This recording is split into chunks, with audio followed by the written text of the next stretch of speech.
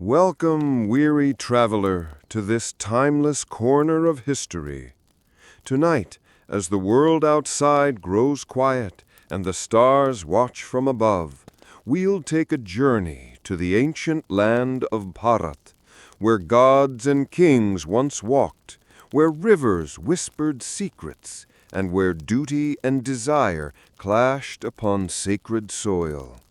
We'll meet noble warriors and cunning princes, wise queens and fiery vows, and see how one family's feud grew into the greatest epic of all time. From golden palaces to deep forests, from gambling halls to the blood-soaked fields of Kurukshetra, this is not just a story, it is the Mahabharata. So lean back, breathe deep, and let your imagination carry you into an age where fate itself was decided. Are you ready? Let's begin. Long ago, on the sacred soil of ancient Bharat, where the Ganga flowed like a silver serpent through golden plains and emerald forests, there rose a dynasty whose choices would shape the fate of the world. The Kuru lineage, destined for greatness and tragedy, began with a love story that would end in a vow so terrible it would echo across generations. King Shantanu, ruler of Hastinapura, noble and just, found his heart ensnared by a mysterious woman who emerged from the river itself. Her name was Ganga, a celestial being cloaked in mortal form, radiant and serene. She agreed to be his queen on one condition, that he never question her actions. In his blind love, he agreed. But as the years passed, Shantanu watched in silent horror as Ganga cast their newborn children into the river, one by one. 7 sons were lost, and with the birth of the 8th, he could endure it no more.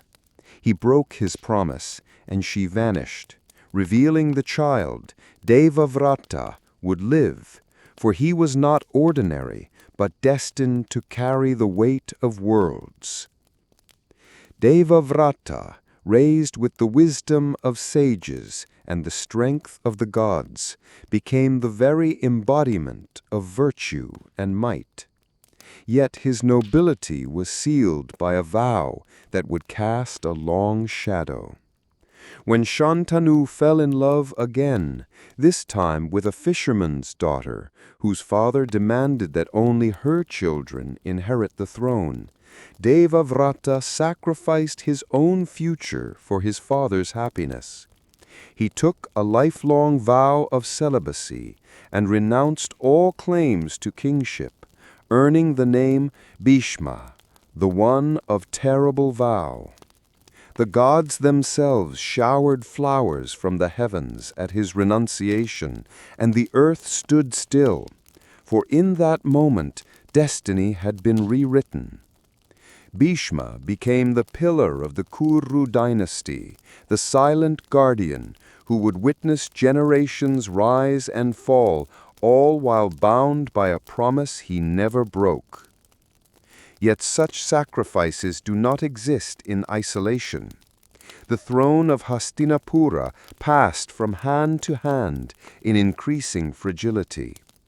Satyavati, the new queen, bore 2 sons, Chitrangada and Vichitravirya, both of whom would meet premature ends. With no heirs to carry on the line, Satyavati summoned her son from before her marriage, a sage named Vyasa, to father children through the widowed queens. Thus were born Pandu, pale and strong, and Dhritarashtra, mighty but blind. And through this act of desperate duty, the seeds of both greatness and ruin were sown. The Sons of Destiny. As time ripened like fruit under the weight of divine design, The kingdom of Hastinapura flourished outwardly, yet inwardly it trembled beneath the quiet tensions of succession. The two sons of Vichitravirya, Dhritarashtra, and Pandu, grew under the watchful eyes of Bhishma, their guardian and protector. Dhritarashtra, though born with great strength and noble lineage, was blind from birth. The royal court, fearing the implications of a sightless ruler in an age of war and uncertainty, turned instead to Pandu, the younger, fair-skinned, and sharp-eyed brother, as the rightful king. Though Dhritarashtra was older, his blindness, symbolic as much as physical, marked him as unfit to guide a realm destined for turmoil. Resentment took quiet root in his heart. Pandu, crowned king, ruled with skill and restraint. His military prowess expanded the kingdom's borders. Yet his fate was already being twisted by invisible hands. On a hunting expedition deep in the forest, Pandu released an arrow that struck a deer in the throes of mating, unaware it was a sage cursed into animal form. With his dying breath, the sage condemned Pandu to a terrible curse. The moment he touched his wife in desire, he would die. This sentence shattered Pandu's spirit. Haunted by guilt and a fear of death, he renounced his throne and chose exile, retreating into the Himalayan forests with his two wives, Kunti and Madhi. But fate, though cruel, left space for divine intervention. Kunti, the daughter of royalty, and adopted into a noble house, carried with her a sacred boon granted by sage Durvasa in her youth, the power to summon gods and bear their children. Out of devotion to her husband and duty to the royal line, she invoked this power. Thus were born the Pandavas, not by mortal seed, but by the blessings of celestial beings.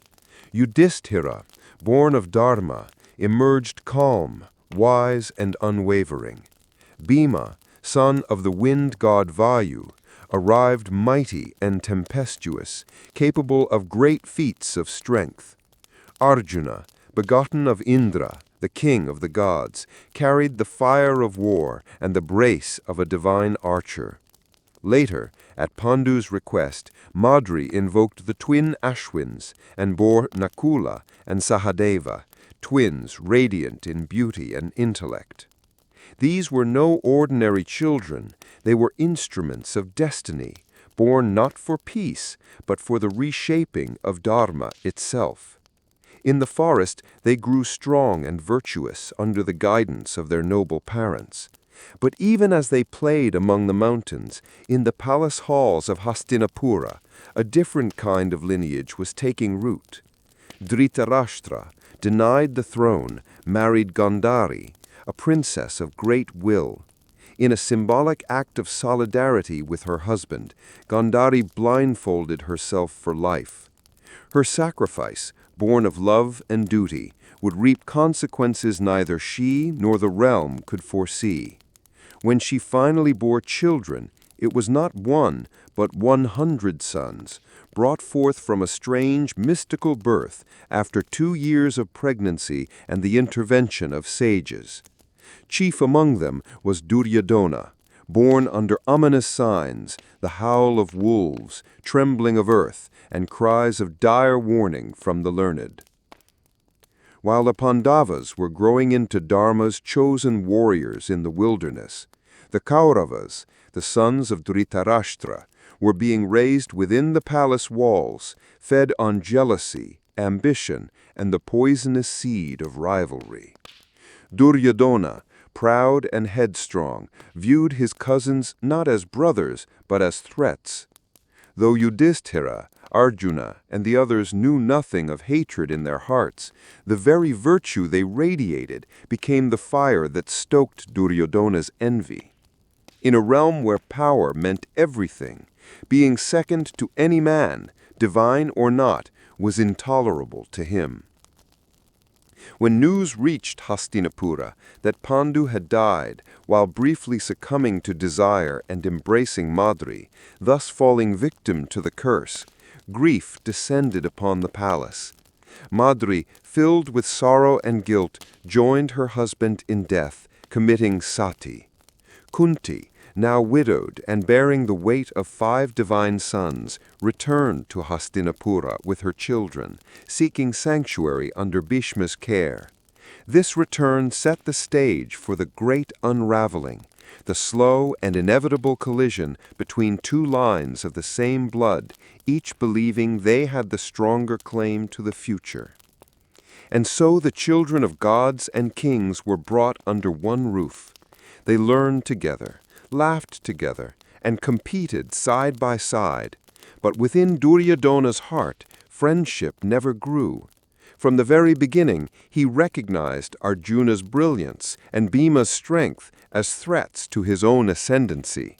And so the palace that once echoed with footsteps and innocent laughter began to darken with silent plots and poisoned thoughts. The seeds of rivalry.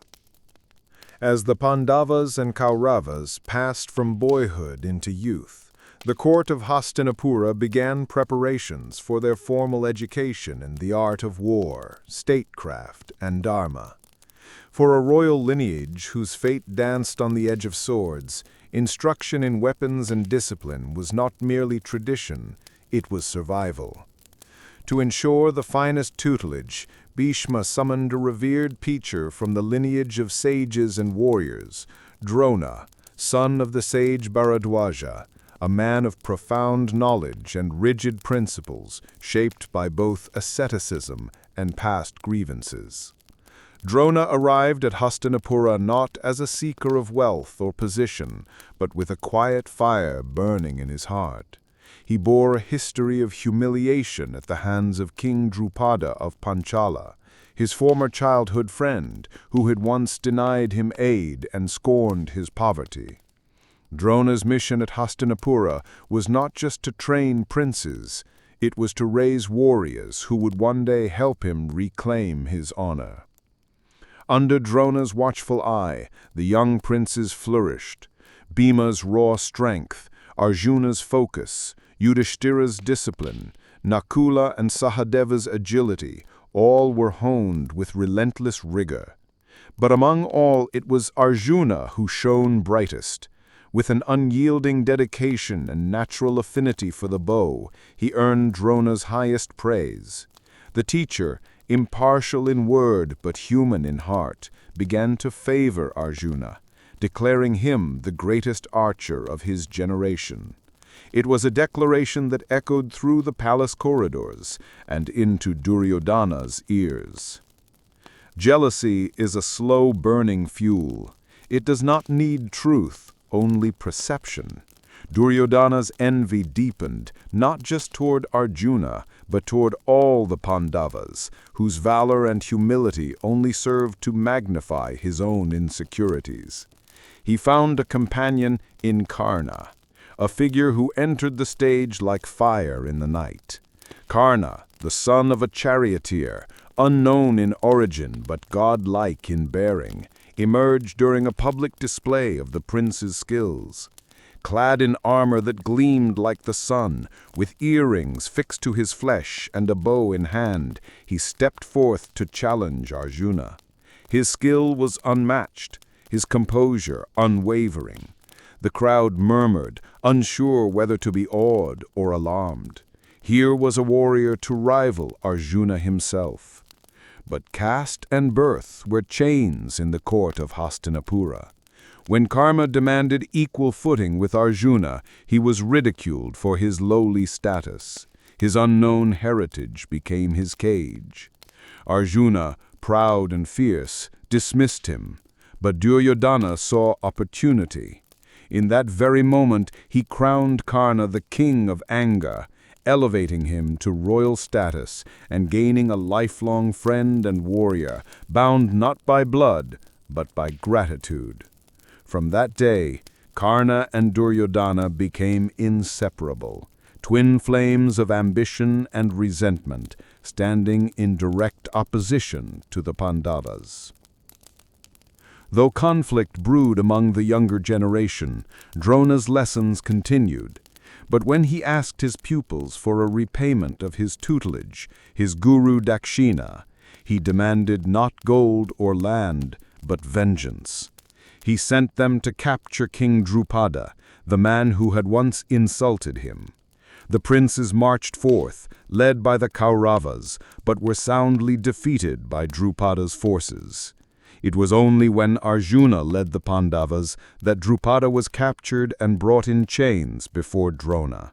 Yet instead of executing him, Drona divided Drupada's kingdom, keeping one half for himself and returning the other as a gesture of irony, not mercy.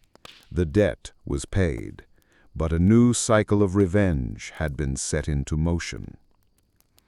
Meanwhile, the bonds of brotherhood between the cousins frayed further. Duryodhana's schemes turned darker, especially toward Bhima, whose brute strength he feared most.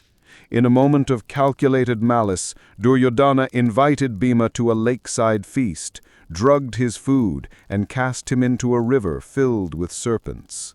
But destiny, ever favoring the just, saved Bhima, and he returned even stronger, having received boons of immense strength from the Nagas. Still, the event was a signal to all. This was no mere childish rivalry. It was war, waiting to be named. The elders in the court, Bhishma, Vidura, even the blind Dhritarashtra, saw the growing fire, but chose silence.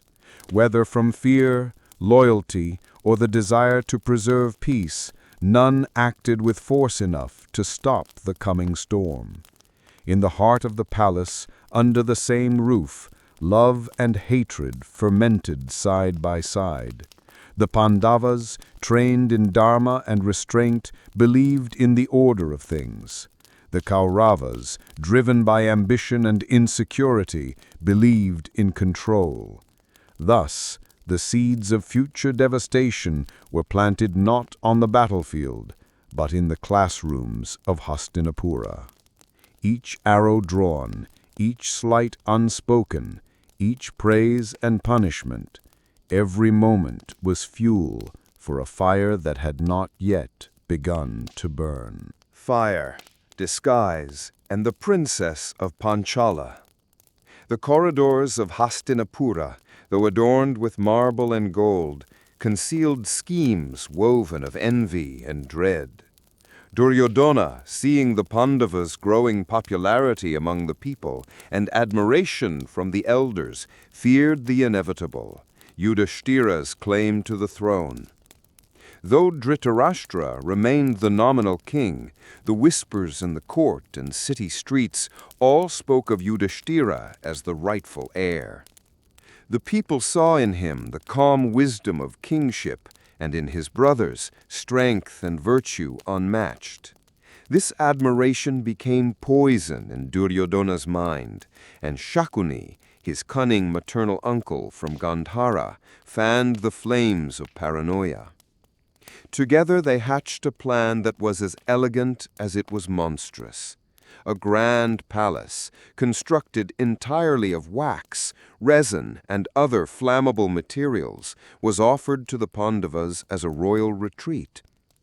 The trap was cloaked in diplomacy, a gift for relaxation. The plan was simple. When the Pandavas were soundly asleep, the palace would be set ablaze. No confrontation, no bloodshed, just ashes and silence. But the gods still watched over the sons of Pandu. Vidura, the wise minister and half-brother to Dhritarashtra, suspected foul play. Speaking in a coded tongue only Yudhishthira understood, he warned them of the danger.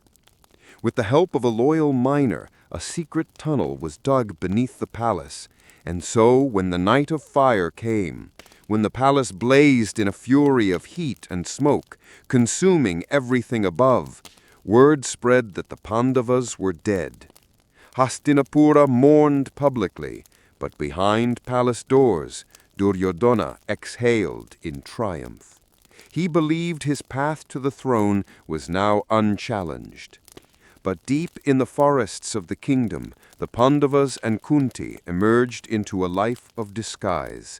Wearing the humble garb of Brahmins, they wandered from village to village, hiding their true identities, sustaining themselves on alms, and observing the world with unclouded eyes.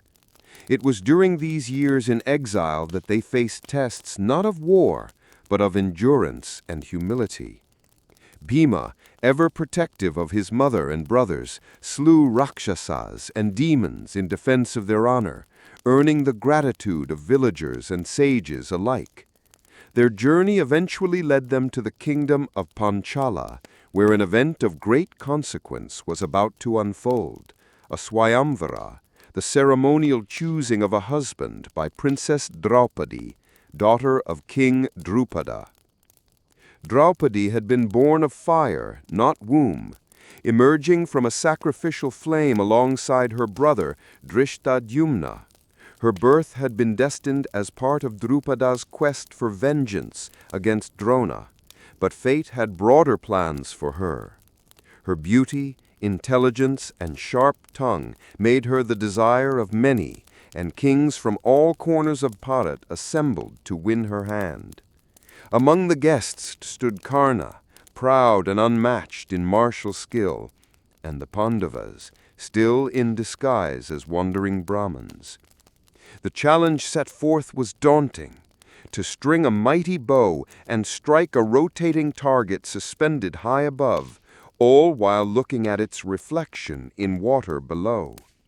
Many tried and failed. The air was thick with tension. When Karna rose to take the challenge, murmurs swept the hall. He surely had the strength. But Draupadi, without hesitation, disqualified him. "I do not wed a Sutaputra," she declared, rejecting him not for lack of skill, but for the mystery of his lineage, a wound that would never heal in Karna's heart. Then rose Arjuna, still hidden in the garb of a Brahmin. The crowd scoffed, but he stepped forward with serenity. With divine precision, he strung the bow and pierced the target cleanly. Gasps filled the chamber. Cheers followed. The victor approached the fire-born princess, and she garlanded him without hesitation. The Pandavas, still incognito, returned to their hut with Draupadi, who accepted her fate with curiosity and faith. When they announced to Kunti that they had brought alms home, the mother, unaware of what had occurred, commanded them to share it equally among themselves. Her words, though spoken in innocence, became law. And so, in a unique twist of destiny and dharma, Draupadi became the wife of all 5 Pandava brothers, an act that, though controversial, was sanctified by the sages and gods themselves, who knew she was born for a greater purpose. Drupada, upon discovering the true identity of the victor, was overjoyed. His daughter had married into the very lineage destined to stand against Drona and Duryodhana alike. The marriage solidified a powerful alliance, and the Pandavas' survival became known across Aryavarta. Their return to the political arena could no longer be denied. The fire had not consumed them, it had only reforged them. Now they had allies, identity, and purpose. And far away in Hastinapura, Duryodhana's smug confidence began to fray. Kingdoms divided, a city rises. The news that the Pandavas were alive, and not only alive, but now allied with the mighty King Drupada of Panchala, struck Hastinapura like thunder on a cloudless day. The court, once complacent in the assumption of their death, now faced a political reckoning. For Duryodhana, it was nothing short of humiliation. His carefully crafted illusion of peace and legitimacy had been shattered. And worse, the people rejoiced at the return of their beloved princes. The tide of public sentiment turned rapidly in favor of Yudhishthira, whose quiet wisdom and humility endeared him to nobles and commoners alike. Bhishma and Vidura, who had long suppressed their suspicions, now welcomed the sons of Pandu back with open arms. Dhritarashtra, caught between paternal love and political reality, was forced into action. To avoid direct conflict and under heavy pressure from the elders of the court, he proposed a compromise. The kingdom would be divided. Half would go to the Kauravas, who would retain Hastinapura, the ancient and powerful capital. The other half would be granted to the Pandavas to rule from a barren, uncultivated region known as Khandava Prastha, a wild, forested land plagued by demons and devoid of civilization. It was a concession in name, but in truth, an insult. The land was a shell meant to keep the Pandavas pacified yet powerless. But the sons of Pandu were not ones to be deterred by desolation.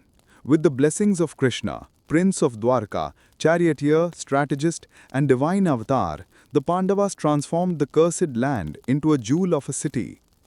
Arjuna, guided by Krishna and the divine architect Vishwakarma, cleared the forest, subduing the demons that dwelt there, including the mighty serpent king Takshaka.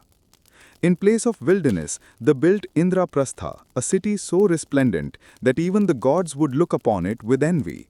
Its palaces shimmered, its roads gleamed, and its gardens bloomed with celestial beauty. From Indraprastha, Yudhishthira began his reign as a Dharmaraja, a king who ruled not by might alone, but by the principles of truth, justice, and compassion.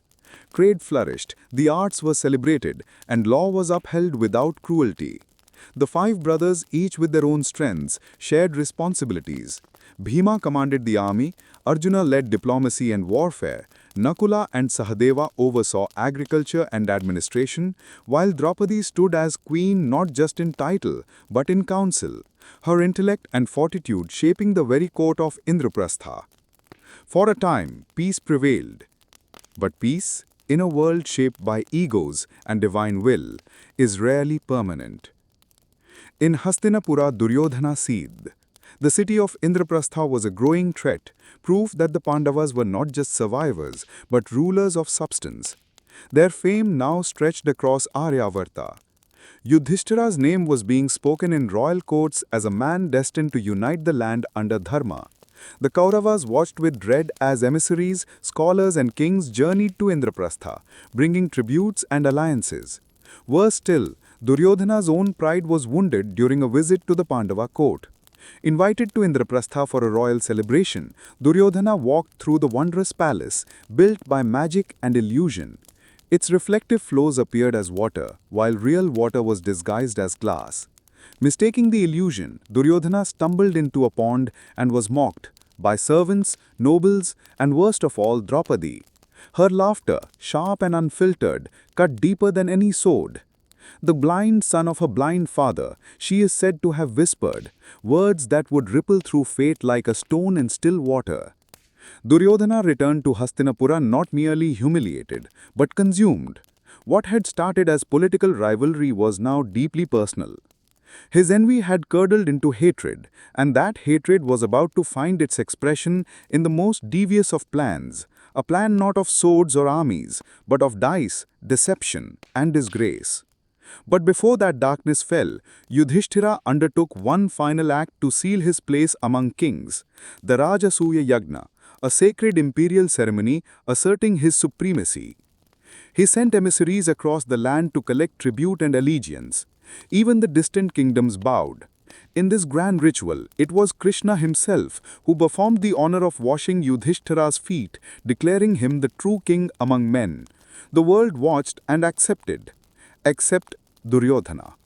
And so the board was being set, not for a war of armies, but for a game where dharma itself would be wagered, where the pride of kings, the dignity of queens, and the future of a generation would hinge on the roll of dice. The game of dice and the fall of honor. In the marble halls of Hastinapura, under chandeliers that reflected a deceptive brilliance, an invitation was prepared, elegant in wording, poisonous in intent. It was Dhritarashtra, at Duryodhana's urging, who summoned the Pandavas to a friendly game of dice. The pretense was hospitality, the purpose destruction. For Duryodhana, humiliation in Indraprastha still burned like a fever, and now he sought not revenge by sword, but by strategy. His weapon would be his uncle Shakuni, a master of loaded dice and darker intentions. Yudhishthira, bound by the ancient code of Kshatriya honor, could not refuse the invitation. A true king must never turn away from challenge, even when he senses its trap. And so the 5 Pandavas entered Hastinapura once more, not as warriors, but as players in a game far more deadly. The dice clicked against the golden board, soft at first, then louder, like war drums in disguise. With each throw, Yudhishthira lost more than he imagined. First gold, then jewels, then elephants and horses, then lands and cities. His brow beaded with sweat, but still he played, caught in a trance of pride, duty, and fate. The court watched in stunned silence as he wagered Indraprastha and lost it. But the game did not stop there. Duryodhana goaded him further, offering barbs and sneers that poisoned the air. "You still have your brothers," he said. And so Yudhishthira wagered Nakula, lost. Then Sahadeva, lost. Bhima, lost. Arjuna, lost. Finally, he turned inward. "I have only myself," he declared, and staked his own freedom. And lost. But even that did not satisfy the architect of this cruelty. Duryodhana leaned forward, eyes gleaming with hatred. "You still own one more thing," he said, "your wife." Gasps echoed in the court. But bound by honor and blinded by despair, Yudhishthira obeyed. He placed Draupadi, queen, empress, daughter of fire, as a stake in a gambler's game, and he lost. The silence that followed was more terrible than any battle cry. Guards were sent to fetch her. Draupadi, unaware of the disaster that had unfolded, stood in the women's quarters when summoned. She demanded answers. Did Yudhishthira lose himself before he lost me? If so, he had no right. But her reason was drowned in the arrogance of power. She was dragged into the assembly hall, clothed in a single garment, her dignity trailing in tatters behind her. What followed remains one of the darkest moments in the epic's long shadow. Duryodhana, swollen with triumph, mocked her. Karna, stung by the memory of his own humiliation at her Swayamvara, called her a harlot for having 5 husbands. Dusasana, drunk with power, seized her robe and attempted to disrobe her before the eyes of kings and elders. Draupadi cried out not just to her husbands, silent in chains, but to the court, to Dharma itself. No hand moved. Not Bhishma, bound by oaths. Not Drona, burdened by silence. Not Dhritarashtra, blinded in more ways than one. And yet she was not alone. With eyes raised to the heavens, Draupadi invoked Krishna, not with pleas, but with fury. And it was then that the miracle unfolded. As Dusasana pulled and pulled, the fabric flowed endlessly, never-ending, wrapping her in divine protection. The shame belonged not to her, but to the men who watched and did nothing. The silence of the righteous was louder than the cries of the wicked. Eventually, Dhritarashtra, terrified of Draupadi's curse and the gods she stirred, intervened. In a desperate bid to restore peace, he granted her 3 boons. With the first, she freed Yudhishthira. With the second, she freed her other husbands. But she asked for no vengeance, not yet. She left the court with her head held high, not because justice was served, but because she had refused to be broken. And yet the wheel of cruelty turned again. Despite promises made, Duryodhana demanded a second dice game. This time the stakes were not wealth or freedom, but exile. If the Pandavas lost again, they would spend 12 years in the wilderness, followed by a 13th year in disguise. Should they be discovered during that final year, the cycle would begin anew. Once more, Shakuni rolled the dice, and once more Yudhishthira lost. Thus, the Pandavas, stripped of all but honor, walked away from the court of Hastinapura, clothed in bark and silence. But what the Kauravas failed to understand was this: men who lose everything but virtue become unstoppable. The forest now would teach the sons of Pandu lessons the palace never could, and in the shadows of trees vengeance stirred, not in rage, but in resolve. Exile, enlightenment, and the fire within.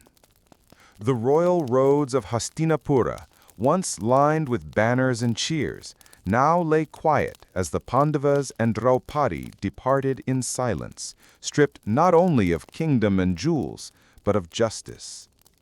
Clad in deerskin and simple robes, they stepped away from civilization and into the untamed forest, where nature would test them in ways that no courtly intrigue ever could. The forest was a harsh teacher. Gone were the comforts of Indraprastha, the silk and sandalwood, the meals served on golden plates. Now there was only the rustle of leaves, the cries of wild beasts, and the empty ache of bellies. Yet it was in this crucible that the Pandavas forged a new strength. Bhima hunted and fought Rakshasas to feed and protect the group. Sahadeva studied herbs and stars. Nakula calmed animals and learned survival. Yudhishthira, the embodiment of Dharma, bore every insult, every hunger, every heartbreak with unflinching resolve. And Arjuna, restless and burning with purpose, sought out the gods themselves. But Draupadi, however, did not forget. The memory of that dark day in the assembly hall stayed sharp in her heart, not as pain, but as fury. She was no passive queen. She was a woman wronged, and her demand for justice became a sacred vow. Her pride had not withered in exile, it had sharpened. Often she would confront her husbands, especially Yudhishthira. "Where is your dharma when adharma sits on the throne?" she would ask. "Where is your honor when mine was dragged through the dirt?"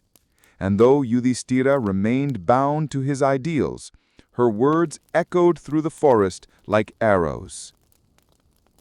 In search of weapons and strength for the battles to come, Arjuna left his brothers and traveled north, to the Himalayas, to perform penance and win the favor of the gods. His journey led him to Lord Shiva, who, disguised as a tribal hunter, tested his worth in single combat. When Arjuna impressed the god with his humility and skill, Shiva granted him the Pashupatastra, a divine weapon capable of unimaginable destruction. Indra too blessed him, summoning him to heaven, where Arjuna trained with celestial weapons and danced with apsaras, yet never forgot the war that waited below. Meanwhile, in their wanderings, the Pandavas came across sages, kings, and mystical beings. They encountered the mighty sage Markandeya, who told them stories of ancient floods and eternal truths. They aided the great seer Lomasha, who guided them to the tirthas, sacred sites scattered across the land, where they cleansed their spirits and strengthened their minds. Bhima's path crossed with that of Hanuman, the monkey god and son of the wind, his own brother in essence. When Bhima tried to move Hanuman's tail, he realized strength alone was not enough. humility too had its place. Hanuman, pleased, blessed him and promised to ride on Arjuna's banner when the time came for battle. But exile was not just physical, it was deeply psychological. Even Yudhishthira, the rock of restraint, had moments of agony. In the story of Nahusha, he learned how pride could destroy even those touched by the gods. When a serpent caught Bhima in its coils, it was Yudhishthira's wisdom and calm dialogue that set him free. Time and again it was proven, brute strength may win battles, but wisdom wins survival. As the 12th year of exile waned, the Pandavas prepared for their final trial, a year in incognito, to be lived in disguise, hidden from spies and enemies. If discovered, their exile would begin anew. They chose the kingdom of Matsyatraya, ruled by the good-hearted but unsuspecting King Virata. There, the 5 brothers and Draupadi assumed new identities. Yudhishthira became a dice-playing courtier and advisor. Bhima became a palace cook. Arjuna, cursed by Urvasi in heaven to live as a eunuch for 1 year, now took the form of Brihanala, a dance teacher to the princess. Nakula and Sahadeva tended horses and cattle. Draupadi became a maid to the queen. But even in disguise, fate was relentless. When Kichaka, the powerful and lustful brother-in-law of King Virata, laid his eyes on Draupadi and attempted to violate her, it was Bhima, ever her shield, who exacted brutal justice. In the darkness of night, he crushed Kichaka's body into pulp and dragged the remains like a broken animal through the court. Fear spread across the land, for none could guess what sort of beings now lived among them, hiding behind masks of servitude. At the end of the 13th year, the Kauravas, suspecting the Pandavas' hiding place, attacked Matsyatraya. But it was Arjuna, emerging from disguise in glorious fury, who rode into battle and shattered their armies with celestial weapons. His identity now known, the exile was over. The fire that had been lit in the wax palace, stoked in the dice hall, and tempered in the forest, was now ready to consume the battlefield. And as the Pandavas emerged from their long journey, hardened, scarred, but unbroken, they sent a single message to Hastinapura: "Return our kingdom, or prepare for war." The last offer of peace. The 13th year had passed. The oath was fulfilled. The Pandavas, having endured forest fires, royal insults, divine quests, and hidden exile, now stood ready, not as broken exiles, but as kings in waiting. Their message to Hastinapura was neither cruel nor demanding. Return what is rightfully ours. Restore the land that was taken from us through deceit. Let Dharma be restored before swords must speak. But in the marble corridors of Hastinapura, where ego walked louder than reason, the message stirred unrest. Dhritarashtra, aging and anxious, hesitated. Bhishma warned of the storm to come. Vidura pleaded for compromise. Even Gandhari, the queen who had blindfolded herself for life, implored her son to choose peace. But Duryodhana's pride, now calcified into obsession, refused to bend. He would not yield even 5 villages, not even enough land to drive a pin into the earth. And so, one last effort was made to stop the inevitable. Krishna, the charioteer, the diplomat, the divine, the friend of Arjuna and yet kin to both sides, arrived in Hastinapura, not as a warrior, but as an emissary of peace. His words, crafted in calm reason and divine insight, flowed like sacred river water through the court. He reminded them of the blood that would be spilled, the generations that would end, the earth that would weep if war came to Kurukshetra. He appealed not only to Dhritarashtra's judgment, but to Duryodhana's heart. "Let not the sin of this age be yours," Krishna said. "Even now peace is possible." But Duryodhana laughed. He plotted to arrest Krishna during the assembly, failing to understand who sat before him. And in that moment, Krishna revealed his cosmic form, the Vishwarupa, a vision of the entire universe contained within his being. Suns blazed in his eyes, worlds turned in his breath, and time itself unraveled at his feet. The elders trembled. Duryodhana stood defiant, still unbending. The path of war was now written in stone. Yet amidst this final descent, individual stories unfolded with heartbreaking beauty. Karna, the peerless warrior and Duryodhana's truest ally, was visited by Krishna in secret. It was then that Karna's true identity was revealed. He was not the son of a charioteer, but the eldest son of Kunti, born before her marriage, abandoned out of fear, and raised in humility. He was the firstborn Pandava. Karna stood shattered. He now knew that his blood bound him to the very men he had vowed to fight. Krishna offered him kingship, family, redemption. "Join your brothers," he pleaded. "End this madness with your truth." But Karna, noble and tragic, refused. He could not betray the man, Duryodhana, who had given him honor when all others denied it. Loyalty, even unto death, was the path he chose. And so Kunti herself came to Karna, revealing the truth in her trembling voice. She begged for his life, for his turn toward justice.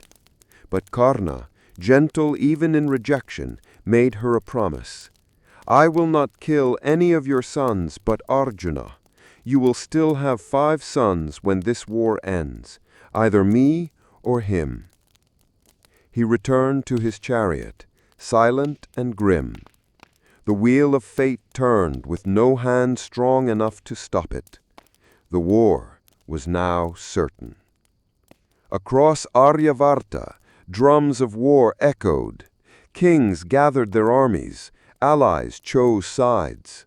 On the side of Dharma, the Pandavas had the mighty Krishna, though unarmed, and warriors like Drupada, Virata, and Satyaki. On the side of the Kauravas stood Bhishma, Drona, Kripa, Shalya, and Karna, the greatest warriors of their age. 18 Akshaukinis of troops, millions of warriors, chariots, horses, and elephants assembled on the battlefield of Kurukshetra, where Dharma and Adharma would wage their final battle. Mothers wept, sages retreated to the mountains, and the earth herself groaned beneath the weight of what was to come. The sky turned dark, conch shells rang like cries of fate, and Arjuna, standing in his chariot between the two armies, would soon face the greatest crisis of his life, not of battle, but of belief. For even heroes must ask themselves, what is righteousness when it demands the blood of your own? The Gita and the call to war. The dawn of war broke over Kurukshetra like no other morning before it. The sky hung heavy with omens. Crows circled, jackals howled, and the sun rose behind a veil of ash-colored clouds. Before 2 massive armies that stretched beyond the horizon, 2 figures stood still. Krishna and Arjuna, atop a chariot drawn by white horses. Conchs rang across the field. Drums thundered. War cries rose like waves. The moment had come. And yet, at the edge of the battlefield, Arjuna, hero of Indraprastha, conqueror of kingdoms, bearer of divine weapons, lowered his bow. His hands trembled, his breath came short, for in the lines of the enemy he saw not demons, but kin. his grandfather Bhishma, his teacher Drona, cousins, uncles, friends. The arrow refused to leave the string. A storm raged not in the sky, but within his soul. He turned to Krishna, his charioteer, his guide, his friend, and spoke words no warrior was meant to say. What victory do I seek if it comes at the cost of the death of those I love? What kingdom can taste sweet when soaked in the blood of my own? He dropped his bow, Gandiva, onto the chariot floor. And in that stillness, on the eve of the greatest war the world had ever seen, Krishna spoke, not as a friend, but as the Eternal One, the Vishnu, the divine guide of all creation. His voice, calm yet thunderous, answered Arjuna's despair with the verses that would echo across centuries, the Bhagavad Gita. He reminded Arjuna of his dharma, his sacred duty, not born of personal choice, but cosmic design. To be a warrior was not just his role, it was his essence. To flee now would be a greater sin than to fight. You grieve for those who need no grieving. The wise do not mourn the living or the dead. This body is temporary, but the soul is eternal. It cannot be pierced by weapons, burned by fire, drowned by water, or withered by wind. Krishna's words lifted the veil from Arjuna's eyes. He spoke of karma, action without attachment, of bhakti, devotion to the divine, of jnana, the wisdom to see beyond illusion. He revealed that all paths, when taken in sincerity, lead to him. And finally, Krishna revealed his cosmic form once more, not as charioteer, but as time itself, Kala, the destroyer of worlds. Arjuna, shaken yet awakened, bowed his head. His despair turned to resolve. I am yours, command me, I will fight. And with that, the conch of Arjuna rang again, Devadatta, this time not in doubt, but in declaration. The war had begun. On the first day, Bhishma, commander of the Kaurav army, led a thunderous charge. Like a lion unleashed, he struck fear into the Pandav ranks. None could match his valor, his discipline, his ancient power. For 10 days, Bhishma rained destruction upon the field. Not even Arjuna, though eager, could bring himself to fully strike at the man who had once cradled him as a child. It was Shikhandi, the reincarnation of Amba, the woman once wronged by Bhishma, who ultimately stood before him. And because Bhishma had vowed never to raise weapons against a woman, or one who was once a woman, he dropped his arms. Arjuna, with pain in his heart, loosed the arrows that brought Bhishma down, not in defeat, but in divine release. Yet Bhishma did not die.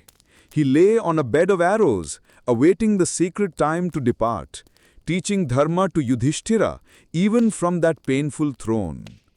But war knows no pause. Drona now led the Kaurav forces.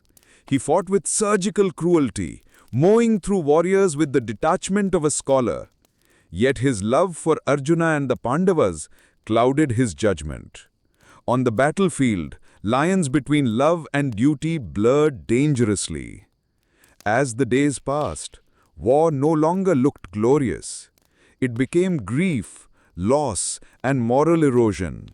Brothers slew brothers, fathers fell to sons, elephants screamed, chariots burnt, heroes became corpses, and the soil of Kurukshetra, once sacred, drank deep of human blood. But Arjuna stood firm now, transformed not by rage, but by clarity. Each arrow he released was not for vengeance, but for balance, for the restoration of cosmic order.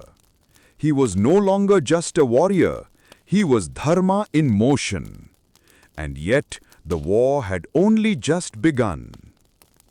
The fall of heroes. The battlefield of Kurukshetra, once echoing with war cries and chariot wheels, had begun to change. By the seventh day, the war was no longer a clash of dharma and adharma. It had become a furnace where honor melted, and even the just had to wield deceit as a blade.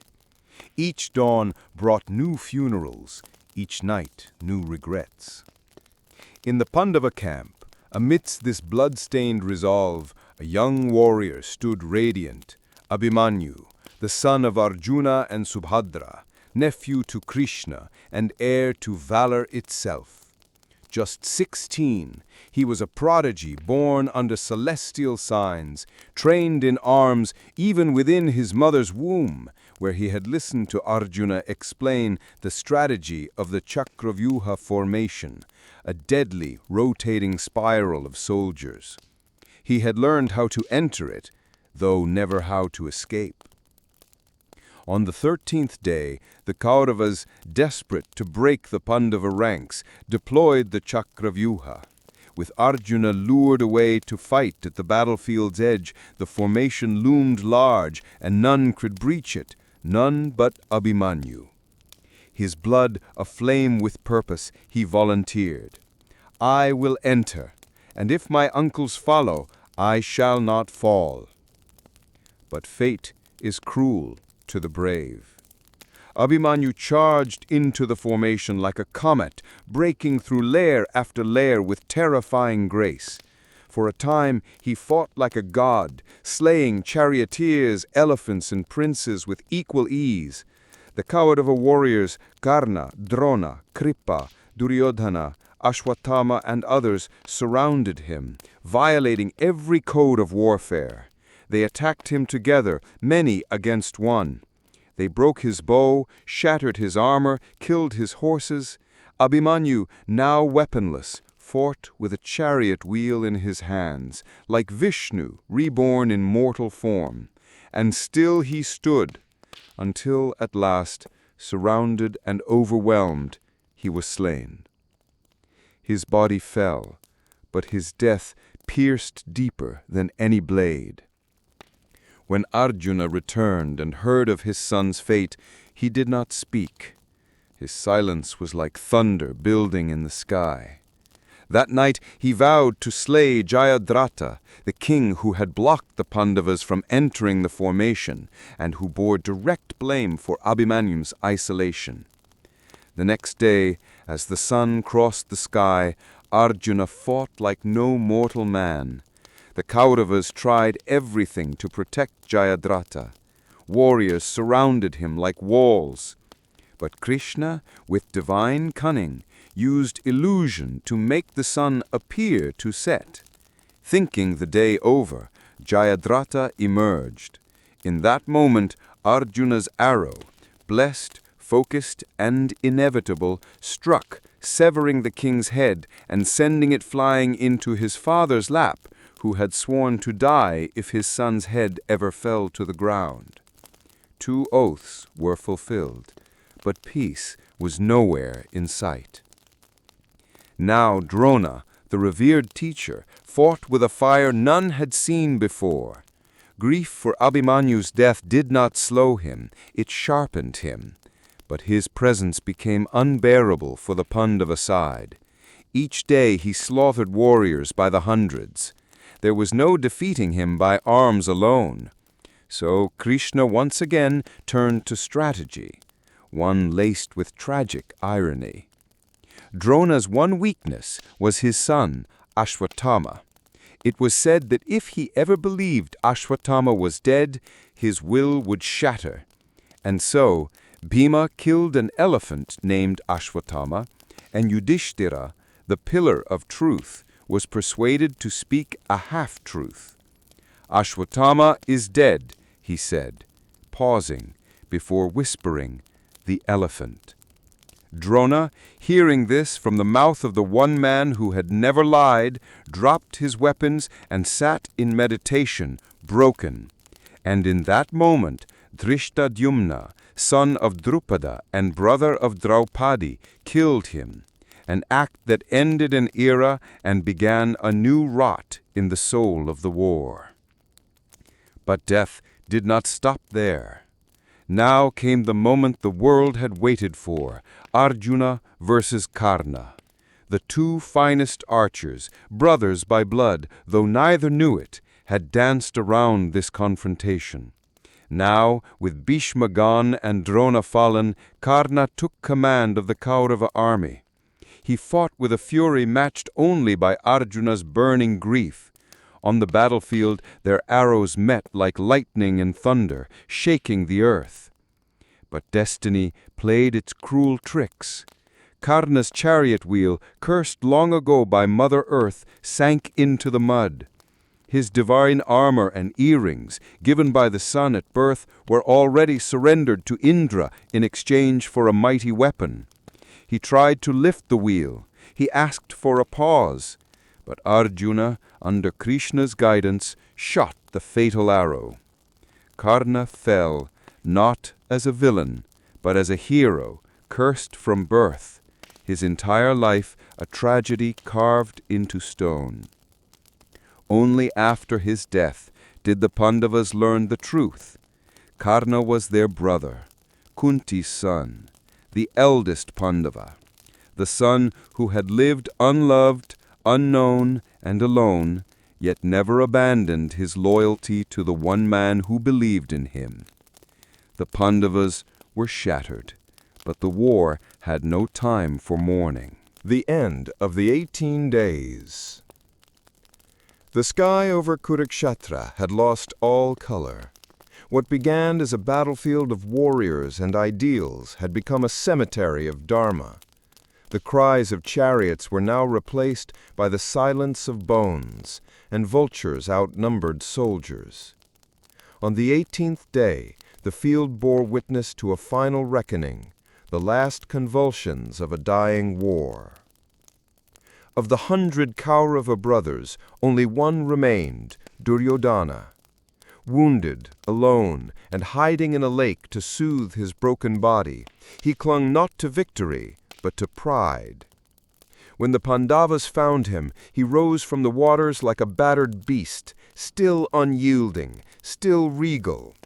He challenged Bhima, his oldest rival, to single combat. Mace against mace, fury against fury. Their duel was colossal. The ground cracked beneath their feet. Their blows rang like thunder. But Bhima, filled with the memory of Draupadi's humiliation, of the dice game, of Abhimanyu's death, fought not with tactics, but with wrath. In a final moment of rage, he struck Duryodhana in the thigh, shattering his bones. It was against the rules. And though Krishna had hinted at the move, the act cast a long shadow. Duryodhana fell, broken but still defiant. "I die undefeated," he hissed, "a king to the end." His body failed him, but his ego did not. Even in his fall, he believed himself victorious, his hatred outliving his limbs. But the story did not end there. That night, while the Pandavas rested and victory songs began to rise, Ashwatthama, son of Drona, awoke to a world he could not accept. His father was gone. His best friend Duryodhana lay dying. His name, once sung with honor, now echoed in defeat. And so something inside him shattered. Driven by rage and vengeance, he sought out the sleeping camp of the Pandavas. Accompanied by Kripacharya and Kritavarma, he crept into the darkness and massacred the sons of the Pandavas, the children born to Draupadi during the years of peace. Believing them to be the Pandavas themselves, he slaughtered them in their sleep, blade by blade. When Draupadi awoke and found their lifeless bodies lined like offerings to sorrow, her screams pierced the dawn. The war was won, but she was emptied. She demanded justice, not revenge. The Pandavas chased Ashwatthama, cornering him at a forest's edge. In desperation, he unleashed the Brahmastra, the ultimate celestial weapon, burning, pure, unstoppable. Arjuna too summoned the same. Two cosmic forces stood on the brink of mutual annihilation, threatening to destroy the earth itself. But Krishna Sumanti, at his command Arjuna withdrew his weapon. Ashwatthama could not. Lacking control, he redirected the Brahmastra to destroy the unborn child in Uttara's womb, the last surviving heir of the Pandava lineage. But Krishna would not allow it. He invoked his divine form once more, entered the womb, and protected the child, Parikshit, who would one day become king, the final spark to keep the fire of Dharma alive. As punishment, Krishna cursed Ashwatthama to eternal wandering, forever alive, forever in pain, marked with a festering wound on his forehead, the jewel of power torn away. He would walk the earth until the end of the age, a symbol of wrath unredeemed. And so the war ended, not with celebration, but with weeping. Duryodhana dead, Karna dead, Bhishma still lying on a bed of arrows, waiting for the sun's northern ascent. Draupadi childless, the Pandavas victorious, but hollow. What is victory when it costs everything? Yudhishthira stood at the gates of Hastinapura, not as a triumphant king, but as a man who had seen too much death, who questioned whether any throne was worth such a price. The war of Kurukshetra was over, but the war within the victors had just begun. The price of the throne. The war was over. Kurukshetra stood silent, its soil soaked not only in blood, but in memory. Millions had died, heroes had fallen, and Dharma, though victorious, had emerged tattered and full of scars. Now came the moment for Yudhishthira, the eldest Pandava, to ascend the throne. But there was no joy in his heart. As the sages, priests, and survivors gathered in Hastinapura to crown him emperor of a now fractured land, he stood like a ghost, wearing a crown of iron. He looked around. Karna, his brother, slain by his own hand in ignorance. Drona, his teacher, deceived to death. Bhishma, his grandsire, still lying on a bed of arrows, awaiting the sun's ascent. Abhimanyu, his nephew, butchered, and the 5 sons of Draupadi, his own bloodline, exterminated in their sleep. Victory had come, but it was as bitter as poison. In the great hall of Hastinapura, when the golden crown was placed on Yudhishthira's head, he wept. "I do not want this kingdom," he whispered, "not bought with the blood of kin." He renounced the throne and set off barefoot toward the forest, seeking to abandon power and embrace penance. The people of Hastinapura stood stunned. Their new king, the one for whom millions had died, now walked away from it all. But Draupadi, Bhima, Arjuna, and even Krishna followed him, not to stalk him, but to help him understand what duty truly meant. They led him to the dying Bhishma, still alive through sheer willpower, waiting for the Uttarayan, the auspicious time of death.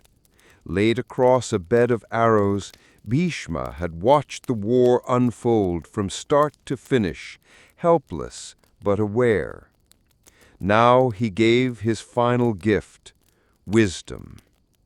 For days Yudhishthira sat at the feet of his grandsire, and Bhishma spoke of statecraft, ethics, the duties of kings, and the fragile balance of power and virtue. These discourses, later known as the Shanti Parva, became a blueprint for just rule, drawn not from theory, but from the ashes of lived catastrophe. Bhishma taught that dharma is not always clear, and that a ruler must bear the pain of compromise, that truth must bend to compassion, that justice without mercy becomes tyranny, and that violence, even when righteous, leaves wounds that take lifetimes to heal. He died not with regret, but with peace, having fulfilled his oath, having seen Hastinapura finally restored. Yudhishthira returned to the throne, not with pride, but with reluctant acceptance. His coronation was not a celebration, but a ritual of mourning, a promise to protect, to rebuild, to make meaning from the meaninglessness of war. And so the Pandavas ruled. The kingdom was restored, roads were repaired, orphans were cared for, widows were given homes. Draupadi, broken yet unbowed, sat by Yudhishthira's side as queen, not just of a land, but of resilience. But some wounds do not heal. Ashwatthama, cursed and tormented, wandered the earth as a living ghost. Gandhari, the Kuruva queen, blind and broken, cursed Krishna himself, declaring that his Yadava clan would one day face the same fate as hers. And Krishna, smiling knowingly, accepted the curse. Time moves in circles, and all who play God must one day pay the price. Even the victors could not escape. Each night Bhima dreamed of blood, Arjuna of Karna, and Yudhishthira of the dice. The war had ended, but the burden of living after the war had just begun. And yet, amidst all this, a new life stirred. Parikshit, the unborn grandson of Arjuna, had survived Ashwatthama's wrath. He would be raised under the care of the Pandavas, the future of the Kuru line, a fragile flame in the wind. The throne stood, the realm stood, but behind it all, the victors now whispered the question that had no answer. What is dharma, when doing what is right still feels so wrong? The final journey. Years passed. The kingdom of Hastinapura flourished once more under the righteous rule of Yudhishthira. Justice reigned, trade returned, temples rose again from ruins, and the stories of Kurukshetra faded into legend. But within the hearts of the Pandavas, the fire of war never truly went out. The throne was stable, the people content, but peace had not touched their souls. Old age crept in, not with weakness, but with wisdom. One by one, the heroes who had once shaken mountains began to feel the weight of years and karma. Arjuna's arms, once steady as steel, trembled when he tried to string Gandiva. Bhima no longer roared in combat. Nakula and Sakadeva, always calm, now moved more like sages than princes. Even Draupadi, once fire-born and radiant, sat in quiet meditation, her gaze fixed not on the present, but on what lies beyond. And Yudhishthira, the king who never desired a crown, saw the signs. It was time.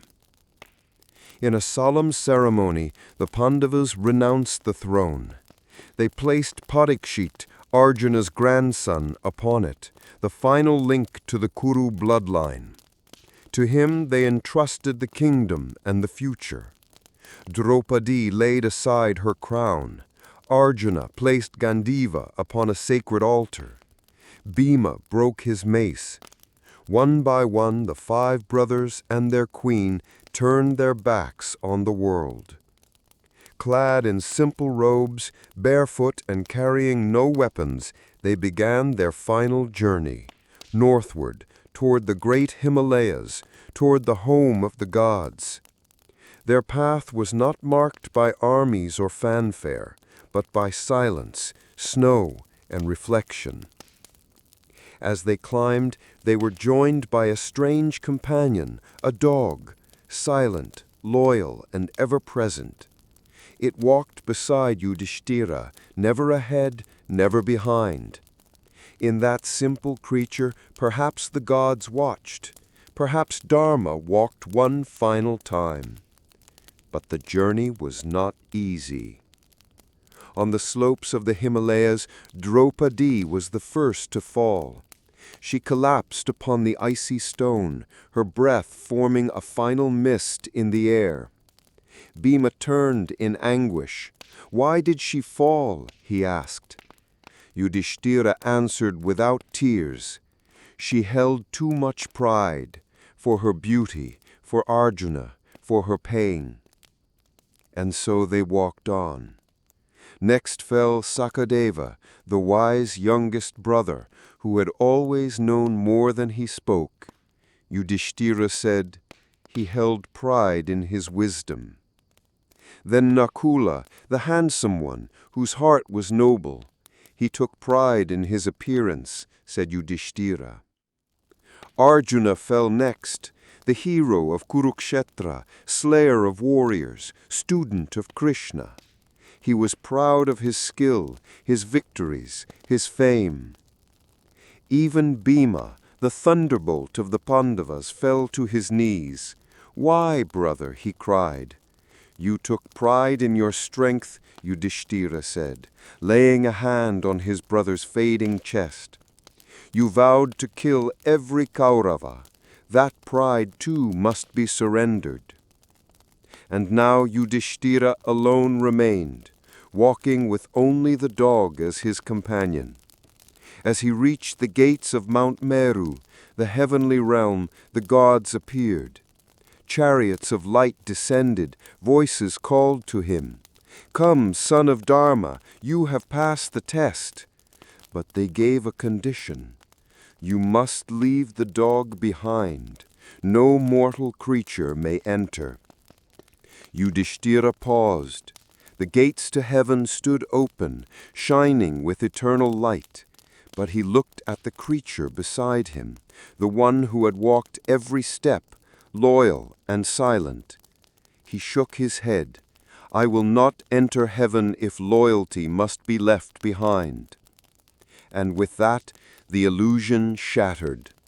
The dog transformed into Dharma himself, his father, the god of justice. It had all been a test, the final one. Yudhishthira, the man who lost everything but never abandoned righteousness, had passed. He was taken into Swarga, heaven, not just as a king or warrior, but as a symbol of the perfect man. But what he saw there shook him. Duryodhana in splendor, sitting among the gods, and none of his brothers in sight. Yudhishthira was confused, then furious. "Where are my brothers, my queen? How can the wicked sit here while the virtuous are lost?" The gods explained. Duryodhana died a warrior's death, on the battlefield, weapon in hand.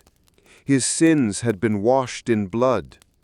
As for the Pandavas, they were still undergoing purification for their attachments, their subtle pride, their human flaws.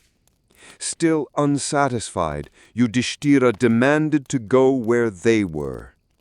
And so he was led, not to heaven, but to hell. There, in darkness, in cries and stench, he heard their voices, Bhima, Arjuna, Nakula, Sakadeva, Draupadi.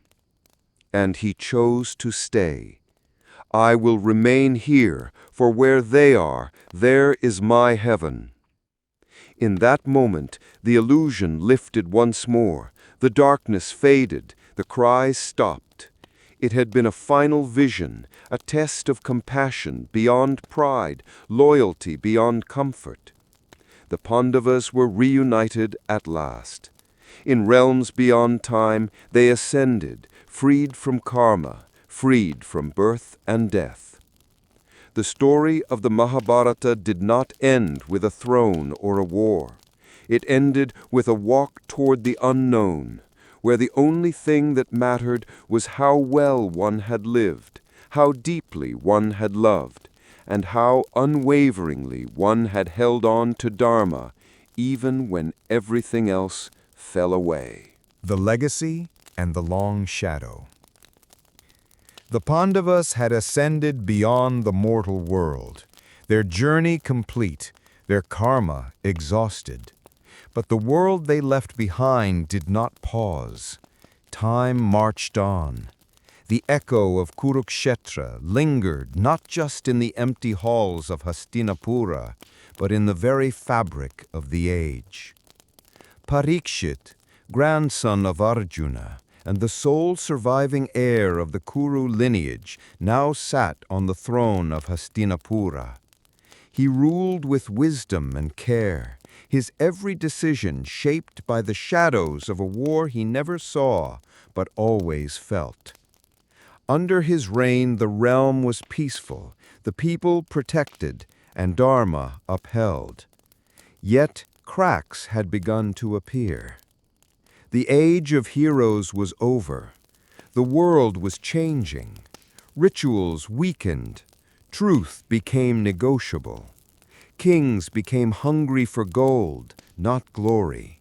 And slowly, subtly, the age of virtue, Dwapara Yuga, began to dim. And with its end came the beginning of a darker cycle, Kali Yuga.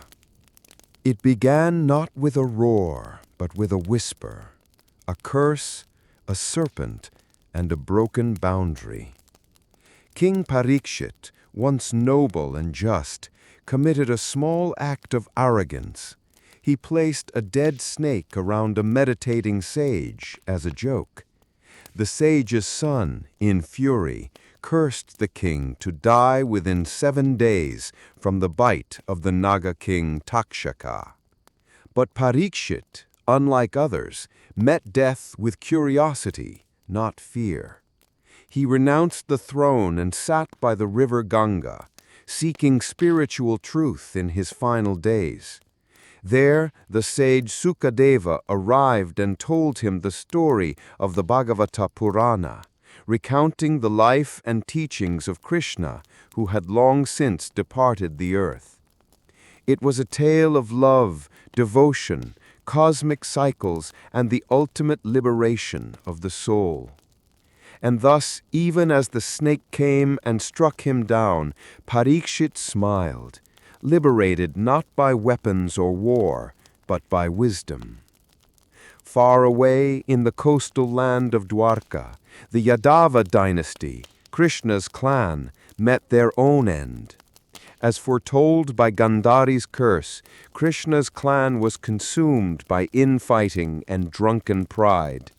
They destroyed one another, and Krishna himself, after retreating into solitude, was accidentally shot in the foot by a hunter, a mortal end for the mortal form of a god. With Krishna's passing, the age of divine intervention ended. The earth grew heavier, Dharma grew thinner. The Kali Yuga had begun. And yet something eternal had been born. Vyasa, the sage who had seen it all, father of Pandu and Dhritarashtra, compiler of the Vedas, had composed a poem. Not merely a poem, but the poem, the Mahabharata. It contained 100,000 verses, chronicling not just war and kings, but every facet of human nature. Love, jealousy, sacrifice, rage, fate, free will, and the soul's eternal yearning for truth. He declared, What is found here may be found elsewhere, but what is not found here will be found nowhere. For centuries, the Mahabharata passed from guru to disciple, mother to child, temple walls to forest hermitages. It was recited in royal courts and village gatherings, painted on cave walls, and whispered into the ears of kings. It survived not because it glorified war, but because it questioned it. It endured not because it showed gods, but because it showed men and women torn between right and wrong, struggling to walk the thin line of Dharma. And as the world slid deeper into Kali Yuga, it remained a mirror, reflecting our flaws, our choices, and our hope for redemption. In every age, someone picks up the Mahabharata, not to learn how to fight, but to understand why we must sometimes not fight. In the end, the Mahabharata is not a story about ancient India. It is a story about us all. It is not over. It never ends.